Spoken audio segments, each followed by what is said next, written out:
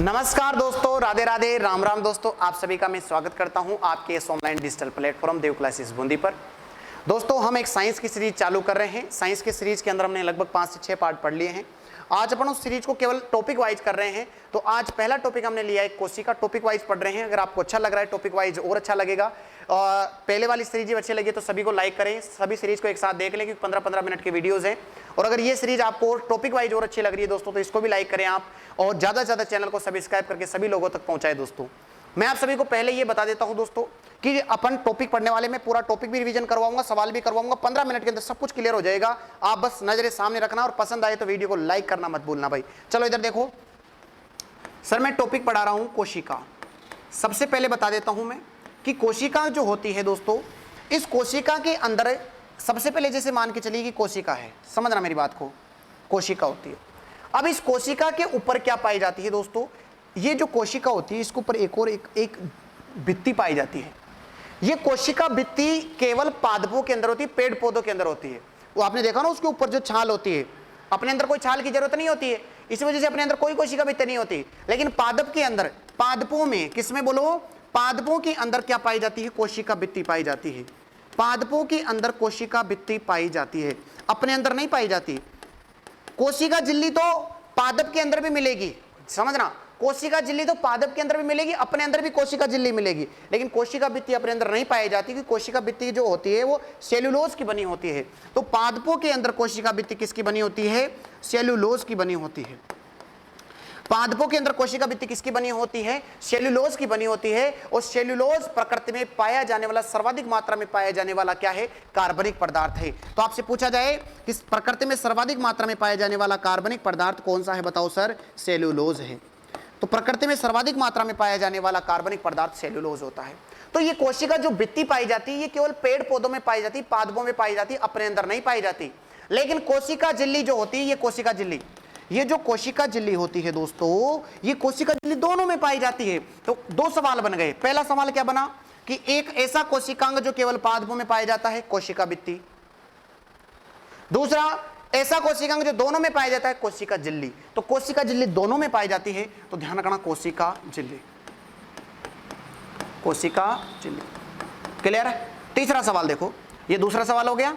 यहां पर देखो तीसरा सवाल आपसे पूछेगा, पादपों की कोशिका भित्ति किसकी बनी होती है, तो बोलो किसकी, सेल्यूलोज की। किसकी बनी होती है, सेल्यूलोज की। तीसरा सवाल हो गया। चौथा सवाल देखो, सेल्यूलोज क्या होता है, प्रकृति में पाए जाने वाला, सर्वाधिक मात्रा में पाए जाने वाला क्या होता है, कार्बनिक पदार्थ होता है, कौन, सेल्यूलोज। 4 सवाल क्लियर हो गए। आगे आ जाओ। बीच में पाया जाता है दोस्तों, ध्यान रखना, बीच में पाया जाता है नाभिक या केंद्रक बोल दो। इस केंद्रक के अंदर, अब ये केंद्रक पाया जाएगा। ये केंद्रक क्या करता है, सभी जितने भी कोशिकांग है ना, सबको नियंत्रण करेगा। कौन, ये नाभिक, सभी को नियंत्रण स्थापित करेगा।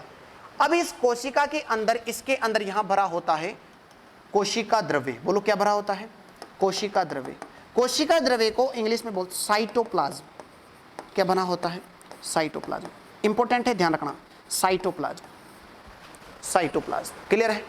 अब यहां पर देखना, यहां पर एक सबसे पहले मैं अगर बात करूं तो यहां पर इससे एक जुड़ी हुई एक संरचना होती है जिसको बोला जाता है दोस्तों ईआर। क्या बोलते हैं इसको, ईआर। ईआर का मतलब कुछ नहीं है, अंतःप्रद्रवी जालिका है। ये क्या है सर, अंतःप्रद्रवी जालिका। ये देखो एक कंकाल जैसा दिख रहा है ना, तो इसको अपन कहते हैं कोशिका का कंकाल। क्या कहते हैं, कोशिका का कंकाल। तो आपसे चौथा सवाल ये पूछा जाएगा कि नाभिक से जुड़ी हुई या केंद्रक से जुड़ी हुई कोशिका का एकमात्र कोशिकांग या एकमात्र संरचना कौन सी होती है, तो वो होती है अंतःप्रद्रवी जालिका। ईआर बोलते हैं, एंडोप्लाज्मिक रेक्टिकुलम, ईआर बोला जाता है। बोलो सही है, ईआर बोला जाएगा। यहां पर ये जुड़ी हुई संरचना है तो इसको ईआर बोला जाता है। आगे देखना, यहां के बाद यहां पर होता है दोस्तों, एक होता है गोल्जिकाए। क्या होता है सर, ये गोल्जिकाए। देखना सभी सवाल बता दूंगा मैं एक ही वीडियो में। गोल्जिकाए, सर ये गोल्जिकाए क्या करता है, ये गोल्जिकाए क्या करता है, जैसे यहां से कोई भी आ रहा है पदार्थ, ये क्या करता है, गोल्जिकाए इस पदार्थ को चेक करता है, ला तेरे थैले में क्या है, इसको बोलता है यहां से आने के बाद थैले में, बता रहे तेरे थैले में क्या है, देखे मेरे को देखने तो दे। उस थैले में चेक करेगा, उस थैले के अंदर प्रोटीन था। क्या था? प्रोटीन। अब वो प्रोटीन था, उस थैले के अंदर प्रोटीन था, तो पता है गोल्जी काय को कि केंद्र को किसकी आवश्यकता है, बताओ? प्रोटीन की आवश्यकता है। तो ये क्या करता है, यहां से एक रास्ता दे देता है, बाईपास रास्ता दे देता है, यहां से एक बाईपास रास्ता भिजवा देता है। तो ये प्रोटीन को मार्ग देने का कार्य करता है कौन? गोल्जी काय। तो गोल्जी काय, अगला सवाल, चौथा सवाल हो गया। पांचवा सवाल यहां से पूछा जाएगा कि गोल्जी काय क्या कार्य करता है। तो गोल्जी काय, ध्यान रखना दोस्तों, प्रोटीन के लिए रास्ता प्रदान करता है। प्रोटीन के लिए क्या प्रदान करता है? रास्ता प्रदान करता है। प्रोटीन के लिए रास्ता कौन प्रदान करता है? गोल्जी काय। प्रोटीन के लिए रास्ता देता है, इसी वजह से इसको हमारे शरीर का ट्रैफिक हवलदार भी कहते हैं, इसलिए इसको कोशिका का ट्रैफिक हवलदार कहते हैं। किसको? गोल्जी काय को। तो पांचवा सवाल क्या हो गया? प्रोटीन के लिए रास्ता देता है। अब उसके अंदर प्रोटीन नहीं है और कुछ विस्फोटक पदार्थ है। विस्फोटक पदार्थ है, उन विस्फोटक पदार्थों के निपटान के लिए, उन विस्फोटक पदार्थों के निपटान के लिए पास में एक बनाए रखता है, ये एक ऐसा बनाए रखता है ये कोल कटरी। और वो बोलते हैं ना जिसके अंदर जेल बोला जाता है, ये जेल है सर। ये जेल क्या है? इसको बोला जाता है लाइसोसोम। क्या बोलते हैं इसको? लाइसोसोम। क्या बोलते हैं बताओ? लाइसोसोम। क्या बोलते हैं? लाइसोसोम। तो देखना सवाल, पांचवा सवाल क्या बना? कौन देता है सर मार्ग इसको? अपशिष्ट पदार्थों को बाहर और अंदर निकालने का, अपशिष्ट पदार्थों को जो अंदर जाने के लिए रोकता है कौन? गोल्जी काय। इसलिए इसको बोला जाता है ट्रैफिक हवलदार। प्रोटीन के लिए रास्ता कौन देता है? गोल्जी काय। और पास में लाइसोसोम का निर्माण कौन करता है? तो बताओ कौन करेगा? ये गोल्जी काय।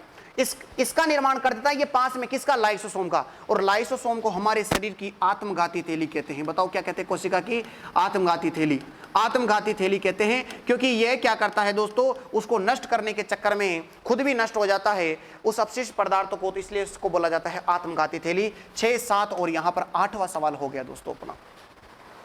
यहां पर एक छोटा छोटा सा होता है, छोटा छोटा नन्ना मुन्ना, इसको बोला जाता है राइबोसोम। राइबोसोम क्या है? कोशिका का सबसे छोटा कोशिकांग राइबोसोम होता है, सबसे छोटा। ये प्रोटीन का निर्माण करता, प्रोटीन संश्लेषण करता है, इसलिए इसको प्रोटीन की फैक्ट्री कहते हैं। क्या कहते हैं सर? प्रोटीन की फैक्ट्री राइबोसोम को बोला जाता है। और यहां पर दोस्तों ध्यान रखना, यहां पर होता है कोशिका का शक्ति ग्रह। क्या होता है बताओ? कोशिका का शक्ति ग्रह माइटोकॉन्ड्रिया। माइटोकॉन्ड्रिया होता है और माइटोकॉन्ड्रिया के अंदर ही श्वसन की सारी क्रिया होती है।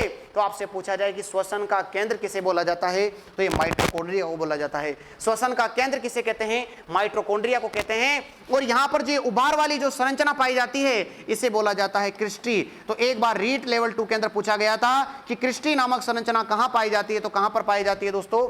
माइटोकॉन्ड्रिया के अंदर क्रिस्टी नामक संरचना पाई जाती है। दोबारा समझ लो मेरी बात को। सबसे पहले कोशिका भित्ति किसकी बनी है? सेलुलोज की। कोशिका झिल्ली दोनों में होती है, बीच में केंद्रक, केंद्रक से जुड़ी हुई संरचना एंडोप्लाज्मिक रेटिकुलम ER। गोल्जी काय क्या है बताओ? गोल्जी काय। गोल्जी काय क्या करता है? बोलो रे बोलो। गोल्जी काय कुछ नहीं करता सर, हवलदार है। अपशिष्ट पदार्थों को बाहर आने से रोकता है, प्रोटीन के लिए रास्ता देता है और किसका निर्माण कर लेता है? लाइसोसोम का। लाइसोसोम को क्या कहते हैं? आत्मघाती थैली। क्या कहते हैं? आत्मघाती थैली। और लाइसोसोम के इधर क्या आता है? राइबोसोम। बोलो क्या आता है? राइबोसोम। सबसे छोटा कोशिकांग और प्रोटीन संश्लेषण का कार्य, इसलिए इसको प्रोटीन की फैक्ट्री बोला जाता है। और राइबोसोम के जस्ट पास में कौन होता है? माइटोकॉन्ड्रिया, कोशिका का शक्ति ग्रह है, श्वसन का केंद्र और क्रिस्टी नामक संरचना यहां पर पाई जाती है। मैं उम्मीद करता हूं कि पूरी बात आपको समझ में आ गई होगी। स्क्रीनशॉट ले लीजिए इसका। बहुत प्यारी बातें मैंने आपको इसके अंदर क्लियर की, दोबारा आपको समझ में आ जाना चाहिए, प्रत्येक चीज आपको क्लियर होनी चाहिए। दोस्तों ध्यान दें, कोशिका के अंदर सभी बातें आपको याद होनी चाहिए। अब मैं आगे बात करता हूं दोस्तों आप सभी के सामने। देखना आप सवालों को, सवाल देखना। सबसे पहले सवाल आपके सामने रखा है मैंने कि बायोलॉजी शब्द सर्वप्रथम किसने दिया? तो आपसे पूछा जाए कि बायोलॉजी शब्द किसने दिया, तो ध्यान से समझना दोस्तों। बहुत सारे व्यक्ति इसमें अरस्तु करेंगे, अरस्तु नहीं है। अरस्तु को तो फादर ऑफ बायोलॉजी कहते हैं, फादर ऑफ बायो। आपसे पूछा जाए वनस्पति विज्ञान, जो बोटनी होती है, वनस्पति विज्ञान के जनक कौन है? वनस्पति विज्ञान के जनक पूछे जाते हैं सभी सवाल। ये वनस्पति विज्ञान के जनक कौन है? तो इनका नाम है थियोफ्रेस्टस। क्या नाम है? थियोफ्रेस्टस। इंपॉर्टेंट है, लिख लेना इन सभी को। थियोफ्रेस्टस होता है। अरस्तु फादर ऑफ बायोलॉजी, जीव विज्ञान के जनक अरस्तु होते हैं। ल्यूवेनहोक, ल्यूवेनहोक के बारे में लिखना, इधर देखो, ल्यूवेनहोक के बारे में लिखो सब कुछ बातें। इसको जीवित कोशिका के खोजकर्ता कौन है बताओ सर? ये जीवित कोशिका के खोज करता है कौन? ल्यूवेनहोक, जीवित कोशिका के खोजकर्ता, जीवित कोशिका के खोजकर्ता। और मृत कोशिका के कौन है? Robert Hooke. इसके अलावा ये ल्यूवेनहोक क्या है? प्रोटोजोआ, प्रोटोजोआ के खोजकर्ता, आरबीसी के खोजकर्ता। इसके अलावा ये किसके खोजकर्ता है? बैक्टीरिया, बैक्टीरिया के खोजकर्ता। इसके अलावा ये किसके खोजकर्ता है? शुक्राणु के खोजकर्ता, शुक्राणु के खोजकर्ता। दोस्तों शुक्राणु जो होता है, एक शुक्राणु को बनने में 74 दिन का समय लगता है। और ध्यान से देखना कि जो शुक्राणु होता है, इस शुक्राणु की जो ऊपर वाली टोपी होती है, इसको बोला जाता है एक्रोसोम। क्या बोलते हैं सर? एक्रोसोम। शुक्राणु के ऊपर वाली टोपी को बोला जाता है एक्रोसोम। इस एक्रोसोम का निर्माण कौन करता है? गोल्जी काय करता है। जो गोल्जी काय होता है, जो लाइसोसोम का निर्माण करता है ना गोल्जी काय, वो क्या करता है? इस एक्रोसोम का निर्माण करता है। ये भी आप नोट कर लेना।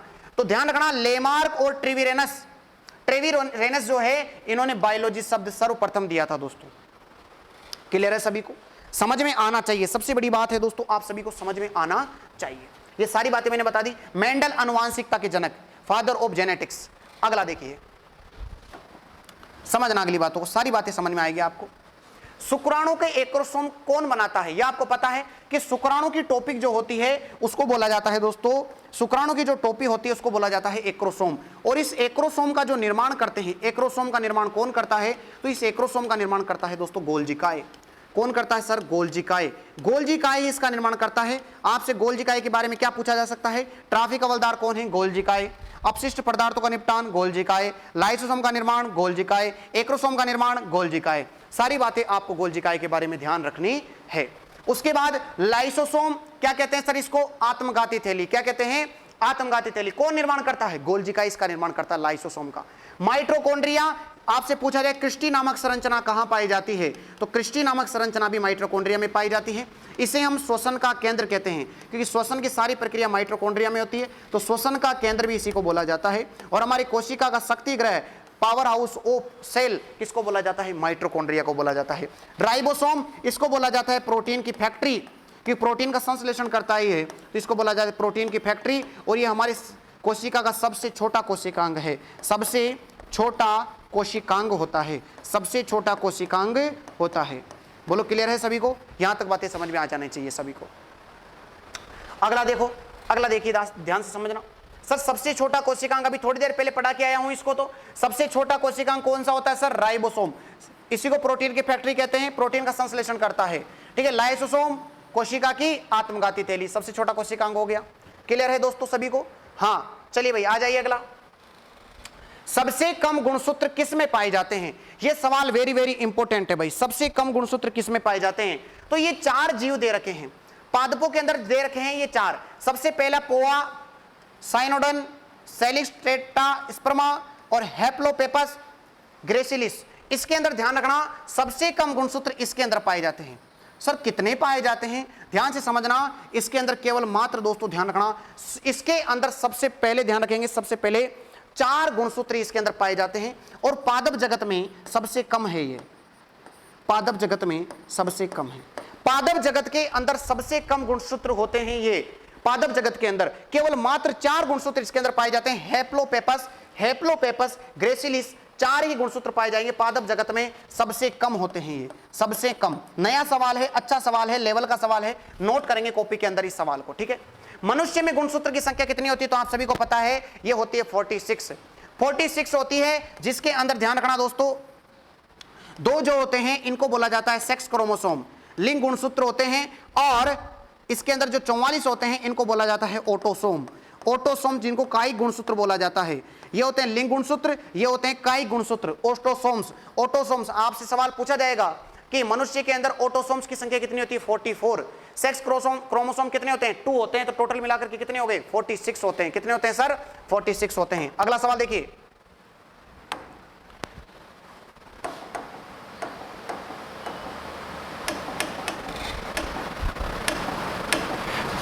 देखिए मैं आप सभी को बता देता हूं दोबारा कोशिका का एक बार। मैंने बताया, बिल्कुल आप इसका स्क्रीनशॉट ले लेना। सबसे पहले कोशिका भित्ति, सेल्यूलोज की सर्वाधिक मात्रा में पाए जाने वाला कार्बनिक पदार्थ, कोशिका झिल्ली, बीच में केंद्रक, जुड़ा हुआ ईआर, गोल्जी काय, लाइसोसोम, राइबोसोम, माइटोकॉन्ड्रिया। दोबारा, कोशिका भित्ति, कोशिका झिल्ली, बीच में केंद्रक, जुड़ी हुई संरचना ER, यहां पर गोल्जिकाए, प्रोटीन के लिए मार्ग गोल्जिकाए, किसका निर्माण, लाइसोसोम का निर्माण, यहां पर कौन सा, राइबोसोम सबसे छोटा, पास में कौन सा, श्वसन का केंद्र माइटोकॉन्ड्रिया। इस प्रकार दोस्तों मैं उम्मीद करता हूं कि आपको पूरी क्लास समझ में आ गई होगी। अगर आपको अच्छा लग रहा है दोस्तों, हमारे द्वारा किया गया प्रयास अच्छा लग रहा है, कुछ ना कुछ सीखने को मिल रहा है दोस्तों, तो आप वीडियो को लाइक जरूर कर सकते हैं दोस्तों। ज्यादा से ज्यादा सपोर्ट करें, ज्यादा से ज्यादा वीडियो को शेयर करें दोस्तों, क्योंकि ये आपका स्वयं का प्लेटफॉर्म है दोस्तों। तो उम्मीद करता हूं आपको प्रत्येक चीज समझ में आ गई होगी।